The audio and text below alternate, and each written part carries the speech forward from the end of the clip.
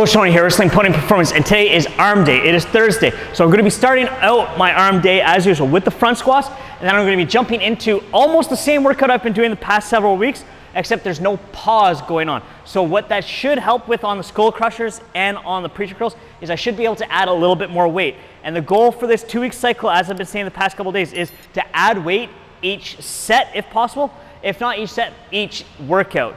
So that's the main goal from this cycle, is to increase the weight before my next training cycle. So hopping into the front squats, we warm up, just regular shoes, empty bar. All right, just a quick side-by-side of the warm-up sets on the front squat, just so you can see that, okay, try to keep things looking the same. On the first set, I was giving a pause. The second set, just going straight into it. Then straight into the first working set, I got 205 on the bar here. Nothing too strenuous today. But the legs are still a little tender from having done the back squats 2 days ago. Each rep, just focusing on big breath, get nice and deep. And just trying to make it so that each rep is replicated. And then the second set, exact same focus. Just big breath, get deep, and then up nice and strong on each rep.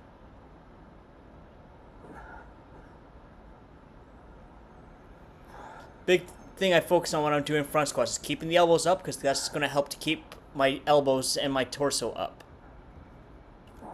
Just before I hop into the warm-up set on the preacher curl here, one of the big benefits to preacher curls is if you just do a standing curl, the hardest part is going to be right here in the middle. Whereas with a preacher curl, because your arm is going to be out in front a little bit, the hardest point is actually going to be, so if your arm is here, the hardest point is going to be lower in that actual range of motion. So because it's going to be a little bit lower, a different part is going to be kind of preferentially hit.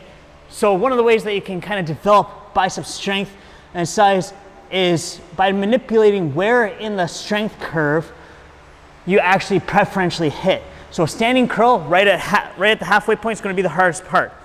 With a preacher curl, the bottom part is going to be the hardest part. And then when you're doing an incline curl where you're laying back, the harder point is going to be near the top. Same with like a spider curl where it's like if I was to have my arms perpendicular to the floor. These are just ways that you can manipulate curls to work better for you and make it so that you get a more effective arm workout by working around all those different things. So here we go with the warm-ups. So great, no pauses today.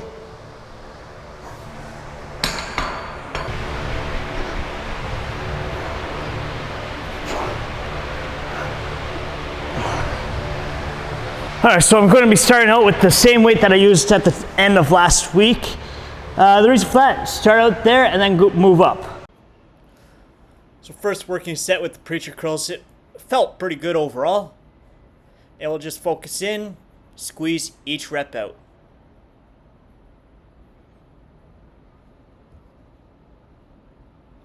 And then on to the lean back skull crushers. Just quick check to make sure I'm in frame, and then here we go.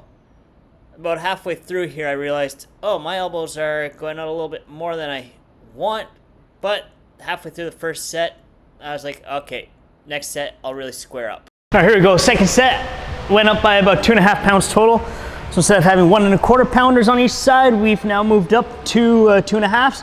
So that makes this about 75 pounds. I just count the bar as being about 20. Then yeah, just keep getting through each rep. Try to make it so that the elbows don't kind of slide or move around it at all when you're doing these. Then hop into the next set for our skull crushers here. And these were moving much nicer than last week, simply because there's no pause. You get a little bit of that stretch reflex. See, it tightened up the elbows there, and you just keep going through each rep nice and smoothly. All right, here we go. Final set, going up by another 2.5 pounds total. So that's a 5-pound increase throughout the workout, which I'll take that, especially on something like arms. And this set is not going that great by the end. Yeah, it was great. To my surprise, the set wasn't necessarily feeling the worst, but right about here is where all of a sudden it really hits. Yep, as you can see, the look on my face. All of a sudden it's like the bar got twice as heavy. Then we move into our Last set on the skull crushers, really just making it so that it's coming down to the same spot each time, right on the center of the forehead.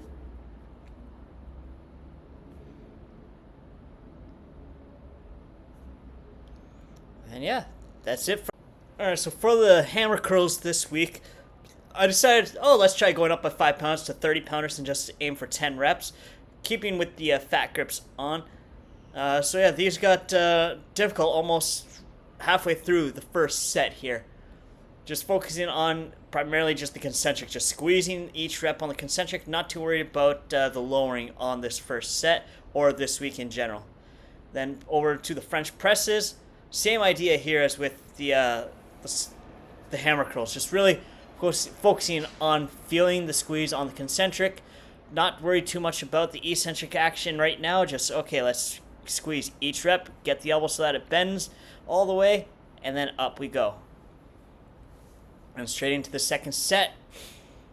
And yeah, it was hard right from the get-go. As you can probably see just by the strain a little bit in my face. And then here, it just became a fight at this point right through to the end. Yeah, quick little pause because grip was starting to slide and it was starting to get really hard at this point. And now it's just a fight to hang on to get to 10 reps. Our last set on the French press, just focusing on just get it going up and down. That's all we're really looking at here. Not thinking too much about, okay, let's pause or anything. It's just, okay, get the weight up. And here is where it got into a fight to finish. And there's the nice little grimace on my face when my arm... Alright, so that's everything for today's workout. Just quick, hard, to the point. Increase the weight on things where I could, which pay dividends tomorrow in terms of soreness. But my post-workout is going to be the usual. A scoop of ATP Labs grass-fed whey, a half scoop of their Green Strands whole food mix, as well as 5 grams of creatine monohydrate. If you want to learn more about the benefits of creatine monohydrate, where to get it, check out the video linked up here. If you like this type of content and you got any value from it, or you just enjoyed watching my suffering, please take a moment to like the video, subscribe to the channel, and leave a comment below. Coach Tony, Risling Podium Performance. Embrace your potential.